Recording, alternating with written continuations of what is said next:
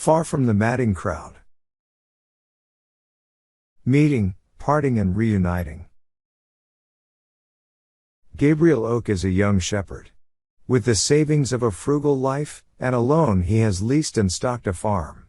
He falls in love with a newcomer 8 years his junior, Bathsheba Everdeen, a proud beauty who arrives to live with her aunt.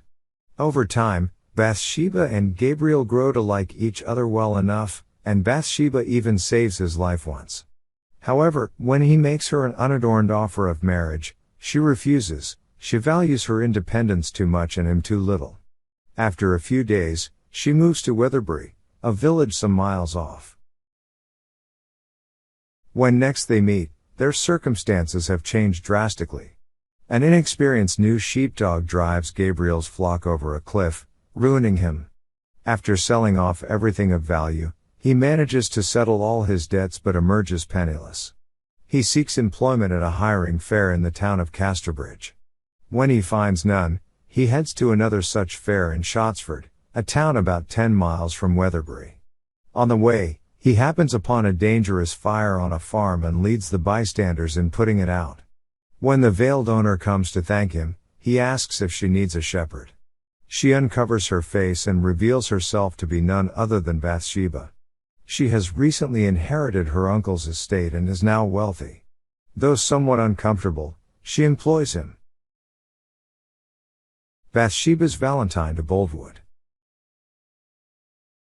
Meanwhile, Bathsheba gains a new admirer. William Boldwood is a prosperous farmer of about 40, whose ardor Bathsheba unwittingly awakens when she playfully sends him a valentine sealed with red wax on which she has embossed the words "Marry me." Boldwood, not realizing the valentine was a jest, becomes obsessed with her and soon proposes marriage, assuming she wanted the same. Although she does not love him, she toys with the idea of accepting his offer. He is the most eligible bachelor in the district. However, she avoids giving him a definite answer. When Gabriel rebukes her for her thoughtlessness regarding Boldwood, she dismisses him. When Bathsheba's sheep begin dying from bloat, she discovers to her chagrin that Gabriel is the only man who knows how to cure them. Her pride delays the inevitable, but finally she is forced to beg him for help. Afterward, she offers him back his job, and their friendship is restored. Sergeant Troy. At this point, the dashing Sergeant Francis Frank Troy returns to his native Weatherbury and by chance encounters Bathsheba one night. Her initial dislike turns to infatuation after he excites her with a private display of swordsmanship. Gabriel observes Bathsheba's interest in the young soldier and tries to discourage it, telling her she would be better off marrying Boldwood. Boldwood becomes aggressive towards Troy, and Bathsheba goes to Bath to prevent Troy returning to Weatherbury, as she fears what might happen if Troy encountered Boldwood. On their return, Boldwood offers his rival a large bribe to give up Bathsheba. Troy pretends to consider the offer, then scornfully announces they are already married. Boldwood withdraws, humiliated, and vows revenge. Bathsheba soon discovers that her new husband is an improvident gambler with little interest in farming. Worse, she begins to suspect he does not love her. In fact, Troy's heart belongs to her former servant, Fanny Robin. Before meeting Bathsheba, Troy had promised to marry Fanny. On the wedding day, however, the luckless girl went to the wrong church. She explained her mistake, but Troy, humiliated at being left at the altar, angrily called off the wedding. When they parted, unbeknownst to Troy, Fanny was pregnant with his child. Fanny Robin. Some months later, Troy and Bathsheba encounter Fanny on the road, destitute, as she painfully makes her way toward the Casterbridge workhouse. Troy sends his wife onward, then gives Fanny all the money in his pocket, telling her he will give her more in a few days. Fanny uses up the last of her strength to reach her destination. A few hours later, she dies in childbirth, along with the baby. Mother and child are then placed in a coffin and sent home to Weatherbury for interment. Gabriel, who knows of Troy's relationship with Fanny, tries to conceal the child's existence, but Bathsheba agrees that the coffin can be left in her house overnight, from her sense of duty towards a former servant. Her servant and confidant, Liddy, repeats the rumor that Fanny had a child. When all the servants are in bed, Bathsheba unscrews the lid and sees the two bodies inside. Troy then comes home from Casterbridge, where he had gone to keep his appointment with Fanny.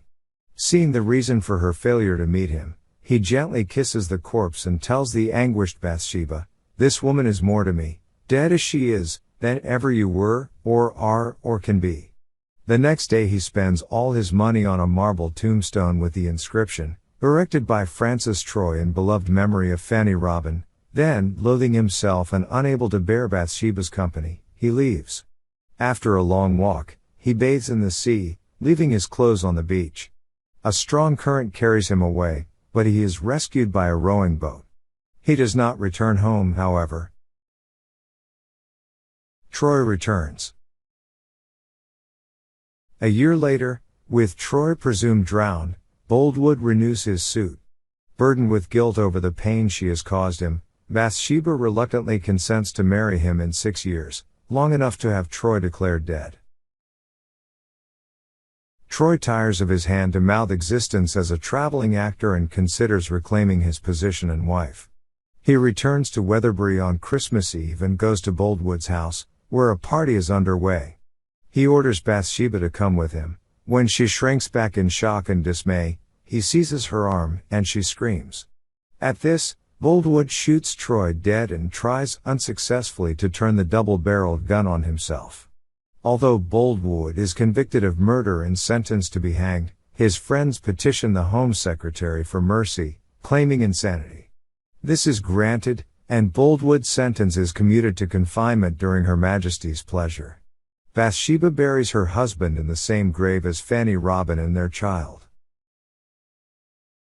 Gabriel triumphant. Throughout her tribulations, Bathsheba comes to rely increasingly on her oldest and, as she admits to herself, only real friend, Gabriel.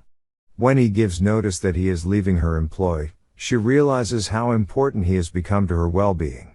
That night, she goes alone to visit him in his cottage, to find out why he is deserting her. Pressed, he reluctantly reveals that it is because people have been gossiping that he wants to marry her. She exclaims that it is too absurd, too soon, to think of, by far. He bitterly agrees that it is absurd, but when she corrects him, saying that it is only too soon, he is emboldened to ask once again for her hand in marriage. She accepts, and the two are quietly married.